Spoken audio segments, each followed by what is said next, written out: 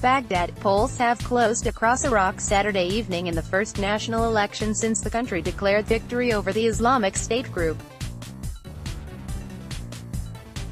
The vote, the fourth since the 2003 U.S.-led toppling of Saddam Hussein, was marked by reports of low turnout and irregularities. Results are expected within the next 48 hours according to the independent body that oversees Iraq's election, but negotiations to choose a prime minister tasked with forming a government are expected to drag on for months. Voting began early Saturday morning in a contest that had no clear frontrunner after weeks of official campaigning. Iraqi Prime Minister Haider al-Abadi's stiffest competition came from political parties with closer ties to Iran. Baghdad streets began to fill up with cars before voting concluded Saturday evening after al-Abadi partially lifted a security curfew in an effort to improve turnout. Nearly all civilian vehicles had been banned from Baghdad streets Saturday morning, and many voters complained of having to walk more than 4 kilometers (2.5 miles) to reach polling stations. Iraq's most senior Shiite cleric spoke out on the issue of voter participation Saturday afternoon, encouraging Iraqis to vote to prevent the arrival of a corrupt parliament. The lack of participation will give the opportunity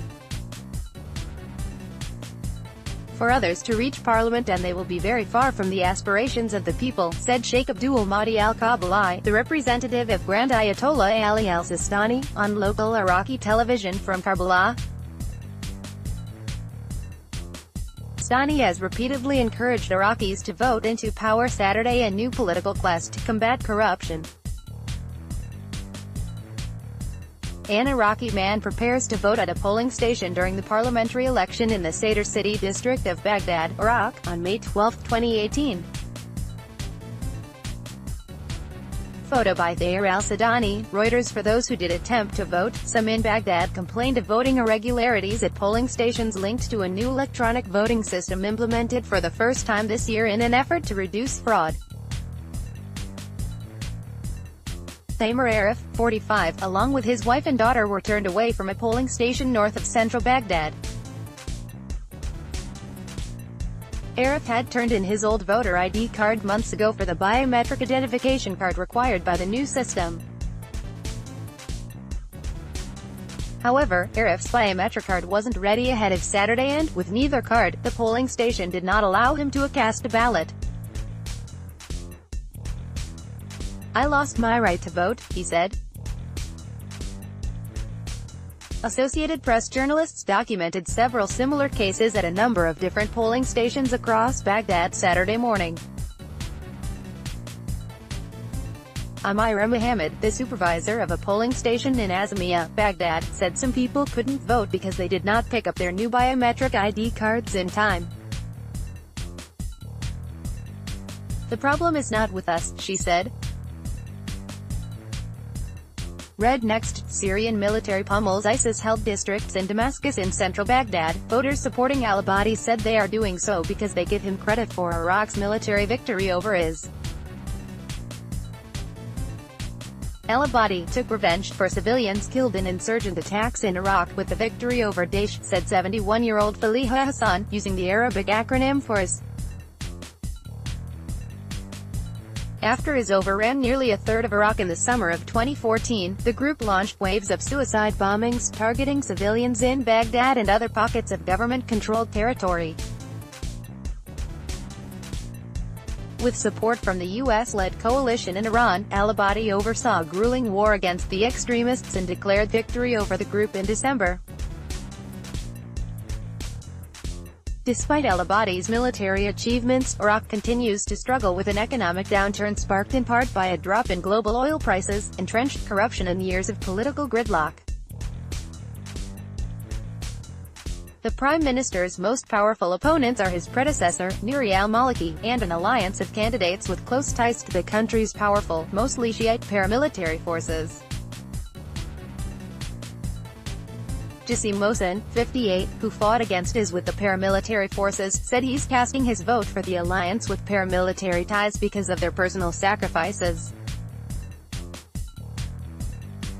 "I elected the fought-list because they are the only ones who fought Daesh and gave blood," he said. Some Sunnis voting Saturday said they are hopeful this election will help Iraq move beyond sectarian politics and become more inclusive. Marginalization of Iraq's Sunnis under al-Maliki is seen as a factor that allowed us to rise in power in Iraq. Al-Abadi has led a more cross-sectarian government marked by his ability to balance the interests of his two allies, often at odds, the U.S. and Iran. The war left more than 2 million Iraqis, mostly Sunnis, displaced from their homes, with cities, towns and villages suffering heavy destruction. Repairing infrastructure across Anbar and Nineveh provinces, both majority Sunni areas, will cost tens of billions of dollars. Abdul Razak Qb and his wife Suhail Ahmadi, both Sunnis from Baghdad, said they would not be voting for al-Abadi, casting their votes instead for a Sunni-led political alliance.